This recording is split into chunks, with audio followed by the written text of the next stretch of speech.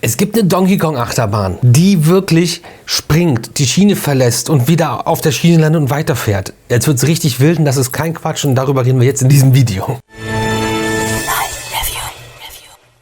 Mahlzeit, herzlich willkommen beim Retro Video Magazin in einem neuen Video meinerseits und heute reden wir über Minecart Madness und das ist eine Donkey Kong Achterbahn, wo wirklich der Wagen mit euch drin von der Schiene springt und wieder auf der Schiene landet. In der Super Nintendo World in Donkey Kong Country gibt es Minecart Madness und das ist wirklich eine besondere Achterbahn, die wir auch endlich jetzt mal fahren konnten und die einige Sachen hat, über die wir sprechen müssen und die einen coolen Effekt vermitteln möchte. Es ist wirklich der Minenwagen-Wahnsinn, den man aus dem Nintendo-Spiel Donkey Kong Country kennt. Und das Ganze kann man einfach selbst erleben bei dieser Attraktion oder bei dieser Achterbahn eigentlich. Es ist relativ einfach. Wir sitzen nicht nur in dieser verrückten Lore, sondern wir müssen Donkey Kong helfen, die goldene Banane zu beschützen. Und wie im Spiel selbst nehmen wir Platz in einer Lore und springen von Schiene zu Schiene, beziehungsweise wirklich wechseln auch die Seite und springen von links nach rechts über die Schienen. Also es macht die Bahn tatsächlich. Optisch auf jeden Fall zumindest. Und vielleicht kennt der eine oder andere von euch noch die Donkey Kong Spiele und erinnert sich an diese wirklich ikonischen Minigames oder diese ikonischen Level, wo man mit der Lore dann überall lang springen musste.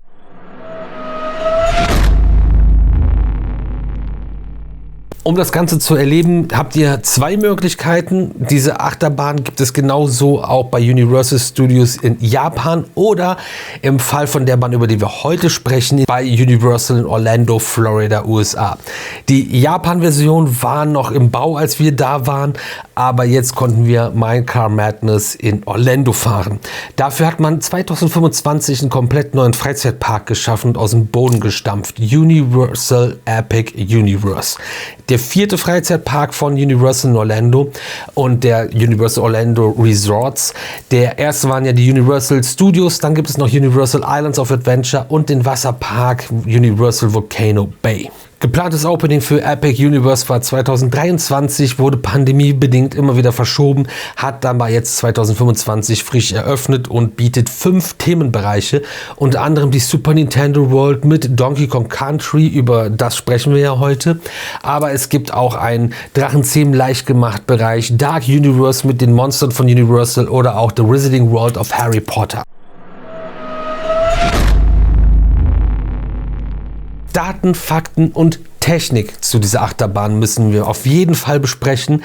Das Ganze ist der sogenannte Boom Coaster und das ist eine Achterbahnart, die sich Universal hat patentieren lassen. Gebaut wurde das Ganze aber von der Firma Setpoint. Setpoint gibt es schon seit 1991, kommen aus Utah in den USA, haben insgesamt 6 Achterbahnen gebaut. 4 stehen davon noch. Eine weitere ist, wie gesagt, auch so ein Minecart Madness Donkey Kong Ding. Die anderen sind alles Bahnen, wo man unter der Schiene hängt, aber vom Schienenprinzip her sehr ähnlich sind. Und die Bahnen, die es sonst noch gibt, stehen in Malaysia und in Singapur. Beziehungsweise ja seit 2024 der andere Donkey Kong Coaster in Osaka. In Orlando müsst ihr, um mitfahren zu können, übrigens mindestens 102 cm groß sein, was fast eine Standardgröße ist, außer bei 2 anderen aufregenden Attraktionen bei Universal, also im Epic auf jeden Fall. Ja, und dieser patentierte Boom Coaster hat halt 2 Sitzplätze nebeneinander, 2 Plätze hintereinander. Das ist dann die ganze Gondel, die auch noch Onboard-Sound hat, der sehr wichtig auch ist für die Fahrt und das ganze Erlebnis und sogar Onboard-Licht gibt es auch. Platz nehmen könnt ihr müsst ihr in einer sogenannten Moving Station. Diese Station ist ein großes Fließband und bewegt sich und in die bewegenden Wagen steigt ihr ein. Das Ganze muss halt relativ zügig funktionieren, weil alle 12 Sekunden fährt ein Wagen raus. Das ist echt krass. Alle 12 Sekunden fährt so ein Wagen an einem vorbei, wenn man auch draußen steht, an einer Stelle. Und überall sind irgendwelche Wagen unterwegs. Und das Ganze übrigens dann gesichert mit Schoßbügeln. Das macht das Ganze viel freier und angenehmer. Die aussehen wie die von Art Engineering, die Schoßbügel aussehen, die ich super gut finde und sehr mag. Und diese 4 Personen pro Minenzug alle 12 Sekunden machen theoretisch 1200 Personen pro Stunde, was eine sehr gute Zahl allgemein bei einer Achterbahn wäre. Aber bei Universal auch wirklich so die Grenze ist, weniger darf es eigentlich auch nicht sein, damit du irgendwie noch vorwärts kommst. Nichtsdestotrotz sind die Wartezeiten bei dieser Bahn immer sehr hoch, weil A, was ganz anderes, B, sehr beliebt dadurch auch und C, auch ab und zu doch störungsanfällig. Und ja, wir fahren nicht auf der Schiene, die wir verlassen. Das Ganze ist, ich nenne es jetzt im Verlauf dieses Videos, eine Fake-Schiene. Und über der drüber fahren wir und die Räder unseres Wagens drehen sich auch, die man sieht. Aber die reine und echte Achterbahn ist eigentlich eine Etage tiefer.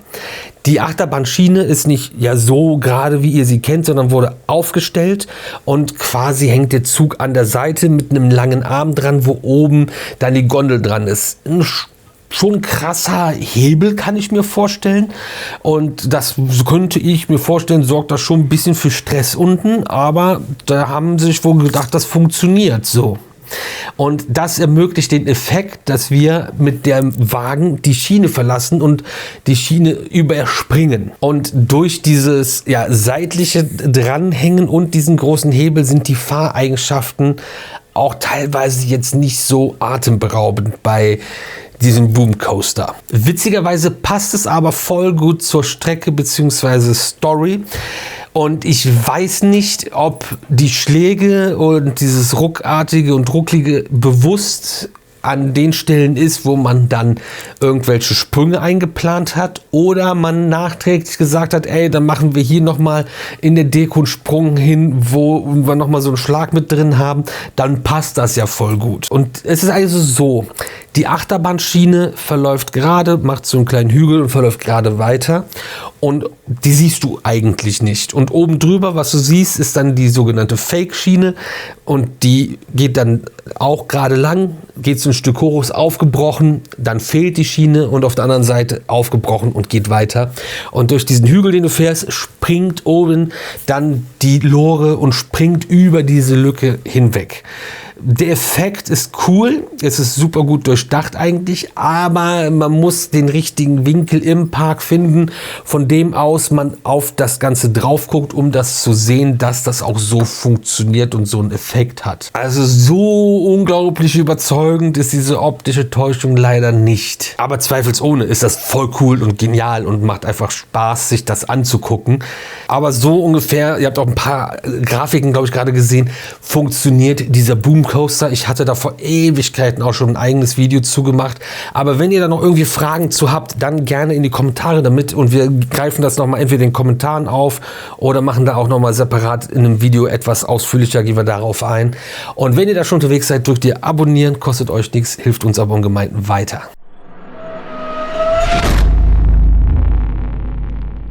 Aber kommen wir zur Fahrt und wenn wir in der Moving Station dann Platz genommen haben im Wagen, geht es dann Stück für Stück fertig abgefertigt, einzeln nacheinander raus, alle 12 Sekunden. Links ist, glaube ich, sogar noch der Eingang dann zum Wartungsbereich, also das Rolltor, wo man Wagen rein und raus rangieren könnte. Und die Fahrt startet mit so einer 180 Grad Rechtskurve. Wir fahren an Dixie Kong vorbei.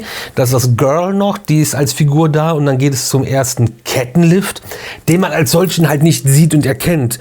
Es ist so eine große Tempelanlage und da geht es dann über so Steinplatten nach oben, was dann mit dem Onboard-Sound dargestellt ist, dass wir jetzt über so Steinplatten fahren und komplett immersiv eingehaust. Das ist ziemlich cool. Und oben über die Kuppe, wenn wir dann starten, da kommt dann auch schon die erste Gap, über die wir drüber hinweg springen müssen. Und es gibt bei dieser Bahn halt normal Achterbahnfahren draußen, also normal Achterbahnfahren, so normal das bei so einer Art von Achterbahn auch sein kann. Und es gibt mehrere Indoor-Passagen und da kommen wir nämlich direkt zur ersten, wo wir reinfahren. Aber Donkey und Diddy Kong auf einem anderen Minenzug uns entgegenkommen als Figuren und wir dann rechts abbiegen müssen quasi. Aber wir bringen ja auch den Schwung vom Start mit der ersten Kuppe mit, wo wir durch so ein großes Fass gefahren sind, wo wir raus abgeschossen wurden, was ja auch wieder mal soundmäßig uns da suggeriert wurde, dass das so war, aber dann wieder super gut zum Spiel passt. Und dieser Drop nach rechts unten hat dann natürlich auch wieder so eine Gap, über die wir drüber hinweg springen müssen. Es geht wieder nach draußen und es geht ziemlich langgezogen wieder hoch und wir kommen quasi an die längste, relativ weit unten liegende Seite der Bahn, die im Bereich sich befindet, mit zwei Gaps, Lücken wieder, die übersprungen werden müssen, wo im Anschluss dann eine 180-Grad-Kurve in den Indoor-Bereich wieder oder in einen weiteren Indoor-Bereich führt, wo halt ein sehr cooler Effekt wartet und das ist wirklich dieses von der einen Schiene rüberspringen auf die andere Seite und auch wieder zurückspringen, was super rumpelig zum Fahren ist, weil du da halt wirklich eckig unten mauskurvenmäßig aufgeständert mit Hebel rumfährst, aber durch die Schienen, die da sind, durch das Fahrzeug vor dir, was du teilweise noch siehst, der Effekt funktioniert halt echt gut. Also das funktioniert da an der Stelle wirklich grandios und fährt sich rumpelig, macht aber Sinn bei dem, was du da tust. Und dieser seitliche Schienensprung ist auch einfach ikonisch irgendwie auch für so eine Thematisierung. Da geht es auch wieder raus in der Rechtskurve zum zweiten Kettenlift und oben angekommen geht es dann durch einen Tunnel in Gebäude wieder rein, wo die Fake-Schiene eine Inversion macht. Die Schiene dreht sich da kopfüber hinweg, du fährst aber normal runter. Aber das menschliche Gehirn ist ja ziemlich dumm und es fühlt sich an, als ob du dich jetzt mit da reindrehst und darunter spiralisierst. Das ist echt ein cooler Effekt. Und dann fahren wir nochmal ein bisschen normal Achterbahn mit ein paar Sprüngen wieder drin und in eine weitere 180-Grad-Kurve kommt quasi ein riesiger Sprung und da kommt ein Wasserbecken mit einem kleinen Wasserspritzeffekt, wo wir aber eigentlich nur gerade drüber hinwegfahren. Da ist nicht so der Sprungeffekt irgendwie da, aber du bist ziemlich lang, fliegst du halt irgendwie in der Luft. Da ist auch die Stelle, bevor es nämlich in den nächsten Dark Ride Part geht, wo man wirklich sehr gut sehen kann, wie das Ganze funktioniert und wie die Schiene und das Chassis und die Buggies aussehen. Aber wie gesagt, geht es dann in den finalen Dark Ride Part, wo Donkey Kong irgendwie richtig krass auf eine Trommel haut. Wir umkreisen das Ganze quasi auch nur noch in so einer fast 270 Grad Kurve. Und Diddy Kong kommt auch nochmal an einer Stelle dann raus und ist zu sehen mit der goldenen Banane, die wir natürlich beschützt haben und gerettet haben. Und dann kommt auch schon wieder die Moving Station, wo man erst aussteigt und der leere Wagen fährt weiter und die nächsten Gäste steigen ein, um das Abenteuer auf Minecraft Madness selbst zu erleben.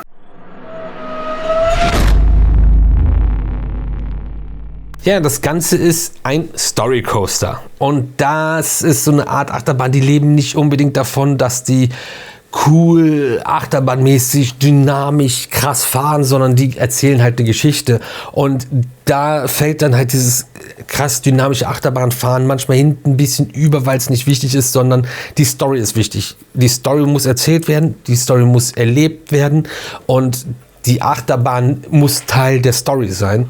Und das funktioniert ganz gut, weil du halt diese Sprünge hast und diese teilweise ruppigen Elemente. Aber ich frage mich auch, funktioniert dieses Prinzip von Achterbahn überhaupt mit einem anderen Thema? Ja, das würde mit einem Thema wie irgendwie wir fahren durchs Minenfeld, würde das wunderbar funktionieren.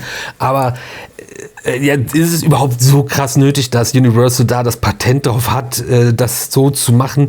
Andererseits ist das natürlich für Donkey Kong ein geiles Thema, was cool funktioniert. Und ich finde es krass, dass Donkey Kong auch noch gut funktioniert. Also habe ich das Gefühl, ich weiß nicht, ob das überhaupt noch jemand kennt oder ob das wieder Thema wird. Aber die haben einen ganzen Themenbereich dazu geschaffen mit so einer aufwendigen Attraktion drin. Also Bereich und Gestaltung sind grandios. Fahreigenschaften sind nicht so geil. Dadurch auch die Bahn an sich nicht so mega krass, aber nichtsdestotrotz im Gesamten eine wirklich coole Attraktion, denke ich. Und es ist halt ein verrückter Bereich und ich habe mir auch vorher in Japan gefragt, wie wollen sie denn jetzt diese Erweiterung von der Super Nintendo World, wo es irgendwie so um Super Mario nur geht, schaffen zu Donkey Kong Country und es ist halt ein bisschen stumpf, auch nur ein Durchgang, ein Tunnel, aber dann landest du halt in der nächsten großen Welt und das ist dann wieder ziemlich cool, die ist super beeindruckend und bietet, glaube ich, auch Potenzial, das nochmal irgendwie zu erweitern und von daher ist Minecraft Madness eine spannende Attraktion, eine ziemlich außergewöhnliche Attraktion, die ich sehr froh bin, gefahren zu sein und die sehr außergewöhnlich ist, auch wenn sie ihre Defizite hat, aber es ist halt was Besonderes. Und das finde ich cool und das macht Spaß. So viel Spaß, dass wir jeden Tag um 18 Uhr uns hier auf dem Kanal wiedersehen zum neuen Video. Ihr abonniert bis dahin und ich bin jetzt raus. Ihr seid die coolsten. Euer Profits Radio Videomagazin. Peace.